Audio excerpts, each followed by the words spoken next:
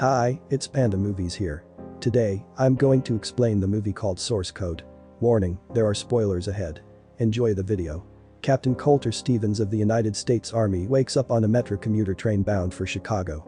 Stevens is confused since the last thing he remembers is flying a mission in Afghanistan.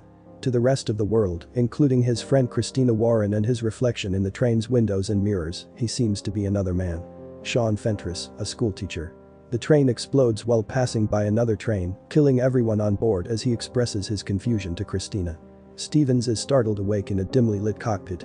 Air Force Captain Colleen Goodwin validates Stevens' identity and informs him of his duty to discover the train bomber through a video screen before transporting him back to the moment he awoke on the train. Stevens finds the bomb in a vent within the lavatory, believing he is being tested in a simulation, but is unable to identify the bomber, attempting to defuse it before the train explodes again. Stevens reawakens in his capsule and, after demanding to be briefed, finds that the train explosion did occur and that it was only the first in a suspected series of attacks. 8 minutes before the explosion, he is sent back to identify the bomber. He disembarks the train, together with Christina, this time to pursue a suspect. The train still bursts in the distance, and Stevens is killed by a passing train after falling onto the tracks while questioning a suspect. As Stevens reawakens, the capsule's power supply fails. He claims to have saved Christina, but according to Dr. Rutledge, she was only saved inside the source code. The source code, according to Rutledge, is an experimental computer that reconstructs the past using the dead passengers' collective recollections of the 8 minutes leading up to their deaths. As a result, the only thing that counts now is locating the bomber in order to prevent a second strike in Chicago. Stevens finds that he was reported as killed in action 2 months earlier during his next run-in.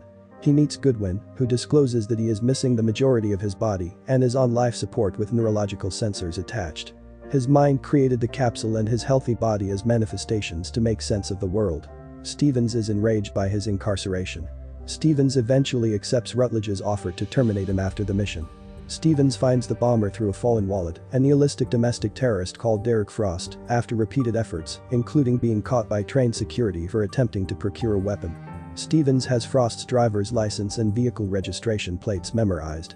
He discovers a dirty bomb inside a van owned by Frost, and both he and Christina are shot and killed by Frost. Outside of source code, he informs Goodwin of his knowledge, which aids the police in apprehending Frost and preventing the second attack. Stevens is praised for successfully completing his task. Because he is still the only candidate who can enter source code, Rutledge quietly breaks his promise to let Stevens die. Goodwin, who is more sympathetic to Stevens' predicament, sends him back one last time and pledges to turn off his life support after 8 minutes. He schedules a date with Christina this time, defuses the bomb, apprehends Frost, and reports him to the authorities. He phones his father and reconciles with him under the guise of a fellow soldier, then sends Goodwin an email. Goodwin turns off Stevens' life support after 8 minutes.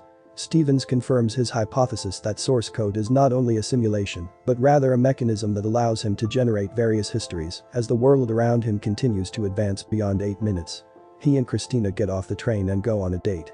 Goodwin hears Stevens' communication in the same world. He informs her of source code's true capabilities and requests her assistance in assisting the alternate reality version of himself.